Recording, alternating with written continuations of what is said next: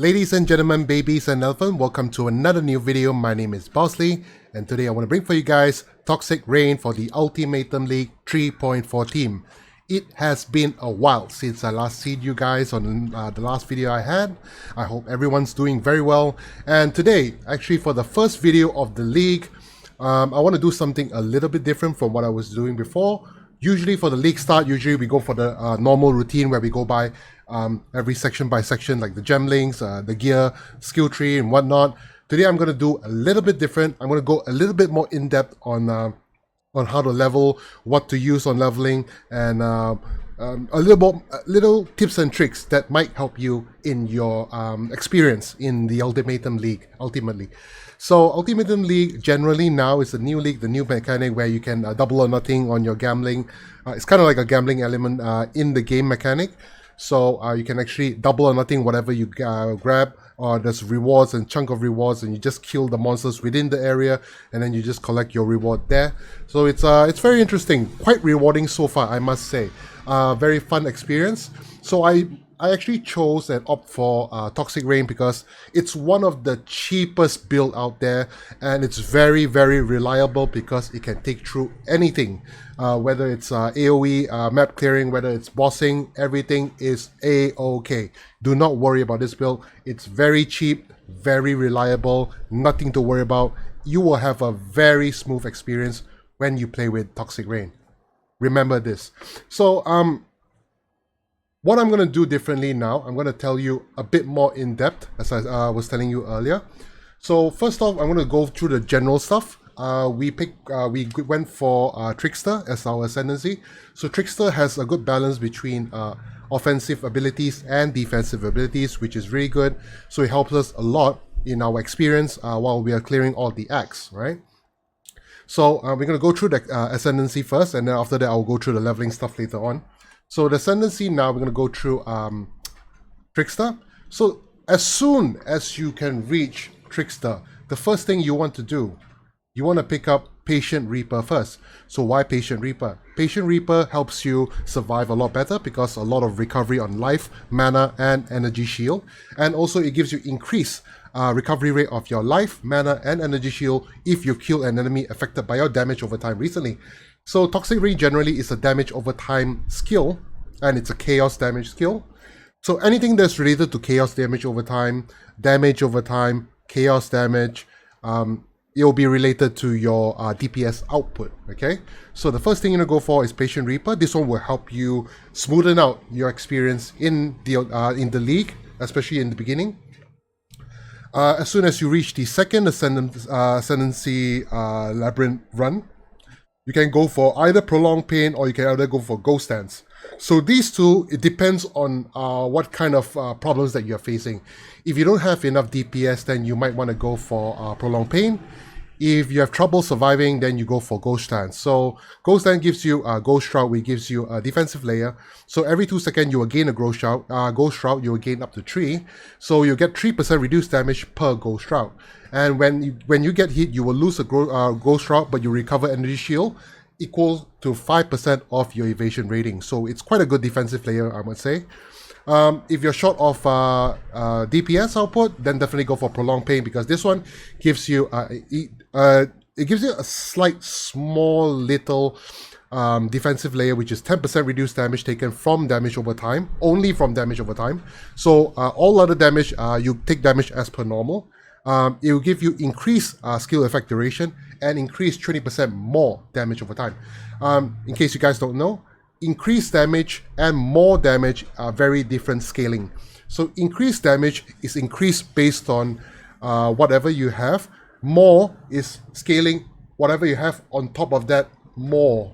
So it's a bit complicated how to explain, but at the end of the day, more is always better than increase. So remember that, okay? So so far I've only done like 3 Labyrinth because it's only like the second or third day of the league. The first day of the launch, it was a bit having a bit of stuff up with the league start, but after that everything was smoothened out, everything is good now. So I would say so far it has been a very good experience with the Trickster build, okay? Now I want to go through the leveling tips first, okay? So The leveling experience is actually quite simple. I'm going to explain a little bit on how Toxic Rain works. Okay, so Toxic Rain, it's basically a projectile skill. When you shoot it up there and it grows down, and you can see the spore that spawns down on the ground and then it explodes, right? So how does this work? Whatever damage that you have on hit, it does not matter. What you want is the damage over time from the spore pods and the pool that it lands. Okay, it will land an acid pool on the ground, which helps you with the clear speed, right? So anything, here's a few key pointers. Okay, just in case you guys are worried, I will put a note Word file in the description down below, and also notes in the POB link. If you log in and copy my POB link, on top there will be a note section. If you check the note section there will be all the notes of will guide you through your leveling and some tips and tricks over inside the note section. Okay, so now what are the things that scales the damage for Toxic Rain? So there's a few things: chaos damage over time, anything related to chaos damage, anything related to damage over time, anything related to attack speed, and anything related to skill effect duration. These are the stuff that really boost your damage the most. Okay, always remember that. If you keep those in mind and try to scale those stuff, your DPS will not be a problem for you, so you don't have to worry. Okay, I would say even if you don't know, or even if you forget stuff like that, Toxic Rain still carries you throughout the whole 10x of the game. So it's that easy, it's that reliable, alright? So first off, when you start off as level 1, you want to, okay, let me pull up my notes so we have a better understanding, you know, in case I leave out anything. So here, so Toxic Rain has a little bit of, it has some changes in 3.14. It had a slight nerf. The spread of the range of the spore pods of the Toxic Rain is now affected by the area of effect modifiers. Before that, whatever area effect modifier that you have, it does not matter because it would have a fixed value. But now, it will be affected by your area effect modifier. So if you don't have anything that increase area effect, the radius will be much smaller than what it used to be. Okay. And the base spread range of the spore pods has been slightly lowered. So before it was spreading a lot more further, but now it's spreading out a lot more smaller radius. And each spore pod now applies 5% left movement speed to nearby enemies, which is supposedly 10%, and up to 30%, which is previously 60%. Okay, that is the changes that we have for the Toxic Rain for this league currently. All right, so first off, when you start on level 1, as soon as you start on level 1 as a shadow, you'll pick up a knife, and then you will pick up a dagger, and then you will get a Viper Strike with lesser poison support skill gem. Then you can use it, and as soon as you kill Hillock, the first skill that you want to pick up Caustic Arrow, because Toxic Rain at the early stage, if you don't have much scaling for it, it's not going to be as good as Caustic Rain. Caustic Rain is much more reliable in terms of clear speed, and you don't have to worry too much about Caustic Rain. And you want to use Caustic Rain at a certain point, up to like level 12 or so, as soon as you're strong enough to use Toxic Rain, then you can switch over to Toxic Rain. Otherwise, you can still stick to Caustic Arrow, whichever that you feel comfortable with. Okay. So you'll be using the skill throughout clearing most of the acts. If you're capable of clearing AoE and single target with the Toxic Rain, then proceed to change to Toxic Rain. So as beginning, when you get Caustic Rain, and after that, try to get Pierce support as soon as you can. So Pierce support will be supporting your Caustic Rain. So how Pierce support works with Caustic Rain? So when you shoot Caustic Rain to enemy, then it will drop a pod on the ground, like a pool on the ground, and the pool will deal damage over time to the enemy. Now, if you have Pierce support, let's say there's a few enemies standing in a line, okay? If you shoot the first one, it'll spawn a spore pod and it will pierce through, it hits the second target, and the second target will also spawn a pool on the ground, and if you get pierce more than that, it'll pierce the third one and spawn the third pool on the ground, and so on and so forth. So you see the mechanic there? So basically you want to pierce and you spawn more pods on the ground. More pods on the ground mean better clear speed overall, okay? And you want to pick up dash as your movement speed skill to help you move faster. And when you reach after level 12, you may now begin using Withering Step. So Withering Step you'll be used to increase DPS increase on the bosses on single targets. It applies a debuff on the enemy, and you can also consider using Summon Skitterbots as soon as you hit level 16. Once you hit level 16, you can use Skitterbots. So Skitterbots, it will be 2 bots which applies chills to enemies nearby, which slows them down, slows their action speed, slows their move speed, which gives you a better defensive layer, I would say. And it helps you quite a lot. Or you can use Flesh and Stone, which mainly using the stone stance to blind the enemies nearby, so it gives you a better defensive layer as well. And another good addition to this defensive layer, you can use Blood Rage. You can also use Blood Rage to pump your attack speed, because Blood Rage gives you, it minus your health percentage per second, but it gives you Life Leech, and also it gives you a large amount of attack speed as long as the Blood Rage effect is on. And as long as you are falling, make sure you add Vicious Projectiles to your setup. Whether it's Toxicrain or Caustic Arrow, it does not matter. Just add Vicious Projectile to your setup to increase your DPS greatly. At this point, you're most likely to be able to pick up No Witnesses, which is from the passive skill tree, which gives you 10% chance to gain Elusive on kill. So back to the game here, this is the one. No Witnesses is over here, so you want to pick this up as soon as you can, because it gives you Elusive on kill, 10% chance.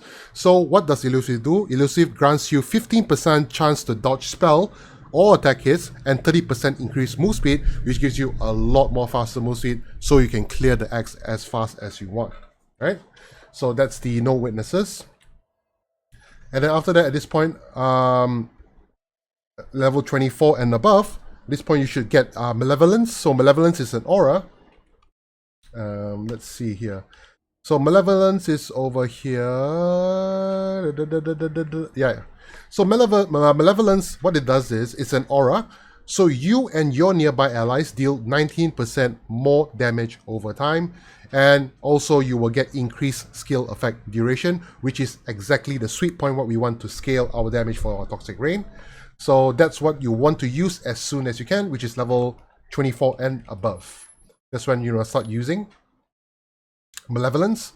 And keep an eye out on the gears that you're using. Make sure that you have enough strength and intelligence for the requirements, so that you can use it to adjust. And while you're replacing your gears, we are scaling damage over time portion of Caustic Arrow or Toxic Rain. As soon as you finish your first Labyrinth run, you want to go for the skill, as I told you before, Patient Reaper.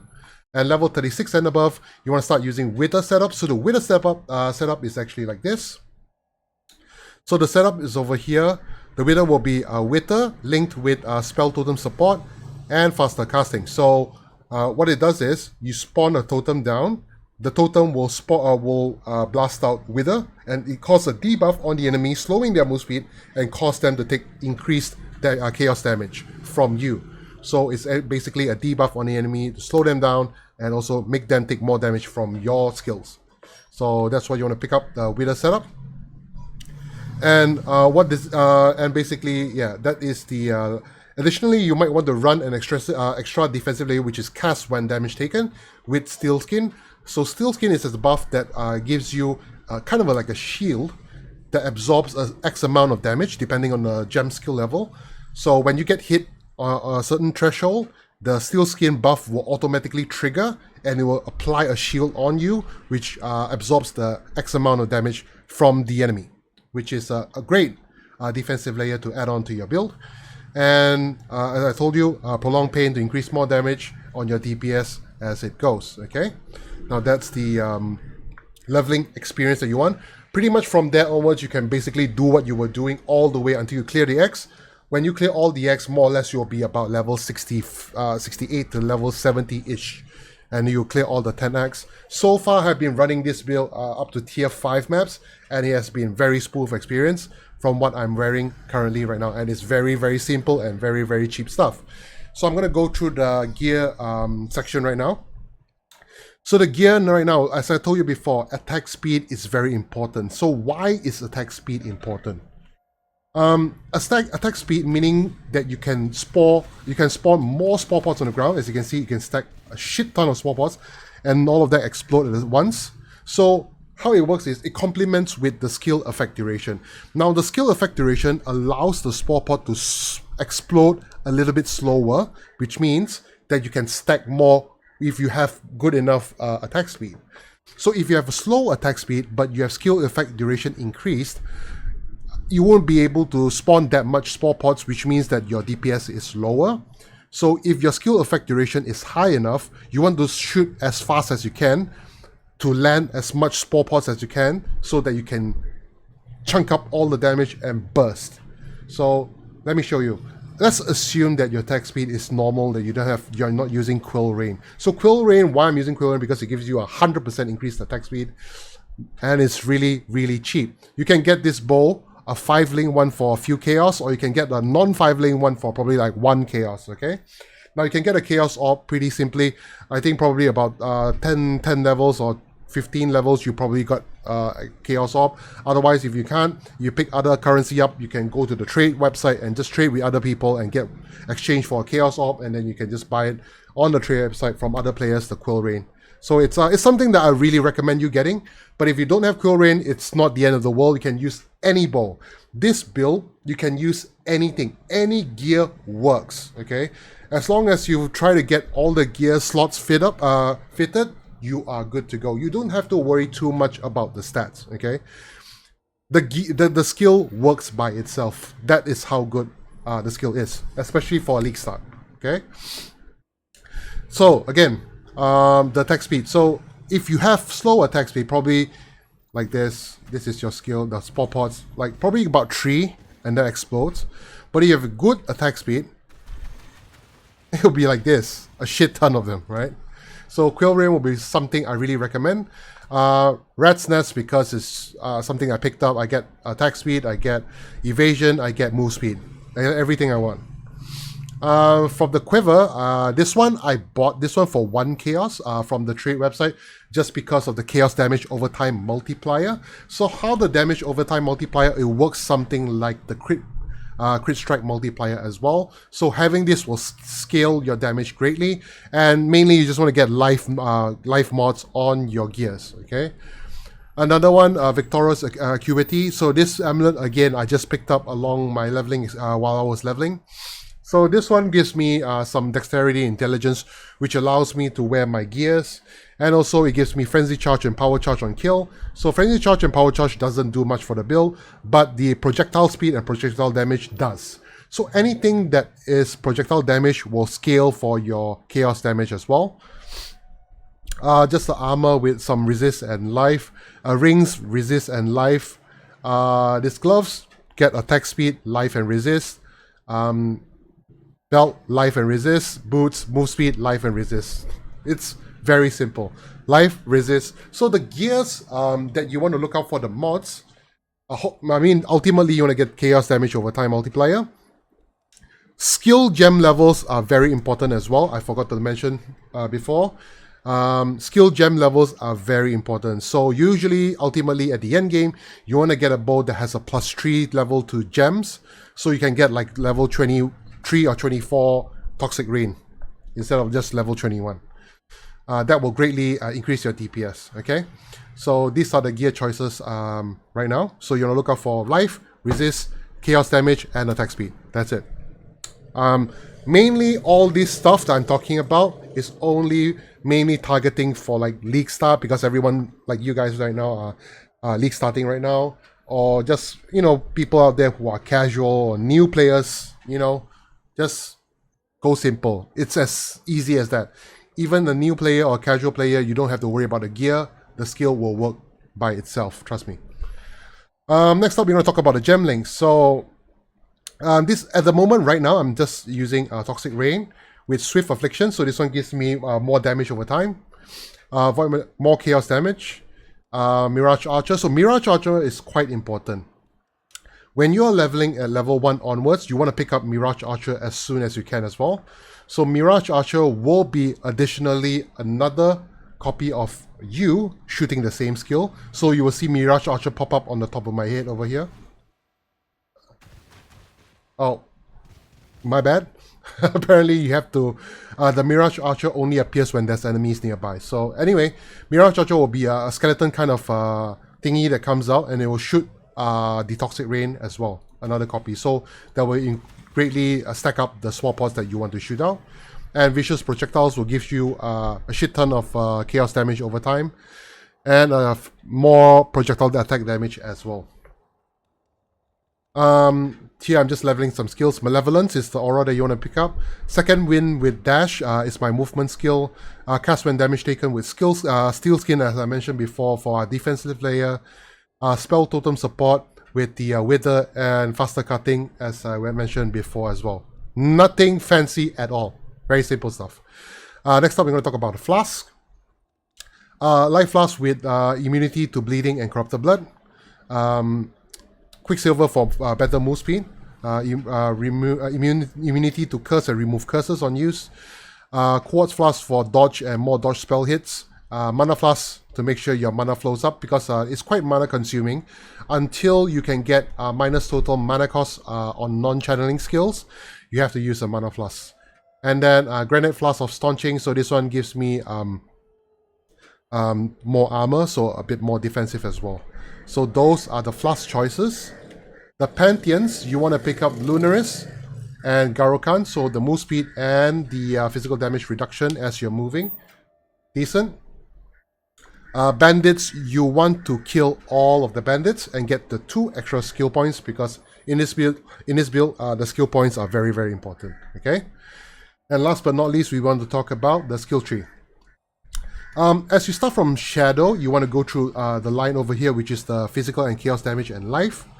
And then you move all the way down here and pick up Coordination for attack speed and Dex and Intelligence. Pick up Blood Siphon for some life, and pick up Entropy for damage over time and skill effect duration. Now after this part here, you can go up and pick up Trickery. So this one gives you damage and Dex and Intelligence.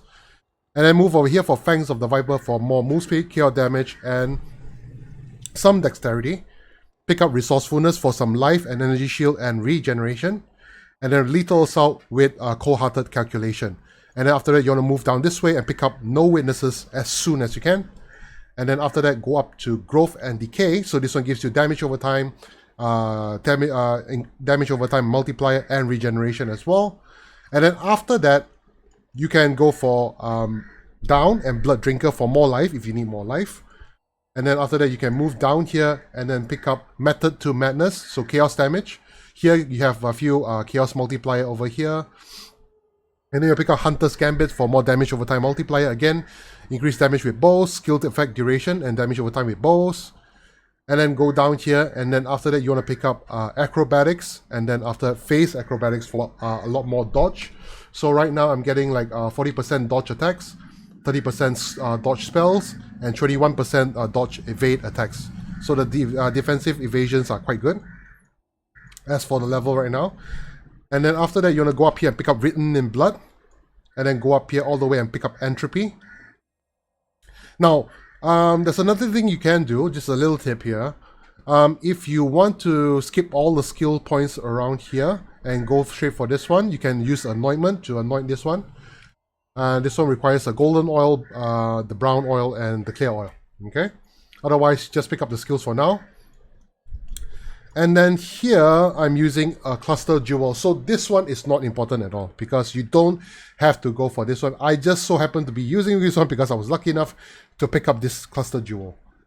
So if you have a cluster jewel like this, or you plan to buy one, then get this one with Unholy Grace and Unwavering Evil. So this one gives you chaos damage and attack speed, and this one gives you chaos damage and ignores the interruption from stuns. Otherwise, skip this entirely. Okay. And move down here and pick up Master Fletcher. So this one gives you attack speed and arrow speed and damage over time with both skills. And then you want to move left and pick up Herbalism. And then move over this way and pick up Finesse for attack speed and accuracy rating. Move down here and pick up Wind Dancer as soon as you can. A very good defensive node over here that you don't want to miss. And then pick up Farsight. So this one gives you, again, attack speed and damage over time with both skills. Thick Skin for more life and 10% chance, 8% chance to avoid elemental ailments. Here we move down and up. Jewel Socket here for some attack speed and some life. and then move all the way down here to Sentinel for some resist and evasion rating. So why do we move this way? Because we want to get Constitution for more life. We are aiming for like 5k life. At the moment now I have like 3.3k running for tier 5 maps, which is still okay, not too bad. And then after, beyond this point, I'm going to go up here and pick up the resist and pick up this jewel socket so I can slot in a jewel from the Cyrus. Oh, shit, I can't remember the skill point. Basically the jewel that opens up the radius, and then I'll explain later on the next video once I reach that point, okay? Here I forgot to mention this one is a Revenge of the Hunted, so some life and evasion rating as well. I think I didn't miss out any more. Lethal Assault, yes, increased area effect as it scales with the skill, projectile speed and increased damage. And yeah, I think I pretty much covered most of the stuff. So, since the skill tree part is out of the way, I'm just going to give you some personal tips of mine that helps me with my currency making and building up my end game. One thing, please remember to always do your chaos recipes. So for you people who, for you guys out there who are new or casual, what are chaos recipes? How it works? So basically what you do is you want to have a tab. Okay, chaos recipes basically is you exchange a full set of items to the vendor in exchange for one chaos orb. So the full set has to be between level 61 to level 74. Now, if you gathered a full set, meaning 2 parts, a helmet, an armor, 2 rings, 1 amulet, 1 glove, 1 belt, and 1 boots, you change your full set, which is 10 pieces, or a two-handed, if you're exchanging a two-handed weapon, which is 9 pieces, you exchange with the vendor, and the vendor will give you 1 chaos orb. That's how you save up your chaos orbs right now. Just a small tip for you guys, okay? And throughout your leveling experience, I suggest don't worry too much about the league mechanic, and don't worry too much about clearing the map and whatsoever. Just worry about clearing most of the X as soon as you can. In terms of the side quest, if you're a newer player, if you're playing this game for the first time, just do all the quests. But if this is not your first time playing the game, but you're still rather new or you're just a very casual player, you can skip some of the side quests that doesn't really help at all. Because some of the side quests actually gives you gear which is really useless and you won't need them at all in the late game. So which quest that you may ask, I'm just going to tell you how to search. Go to Google, just type PoE skill quests. And then here, passive skill. Here will be a list of the quests that will give you skill points, okay? Make sure you do every single one of them.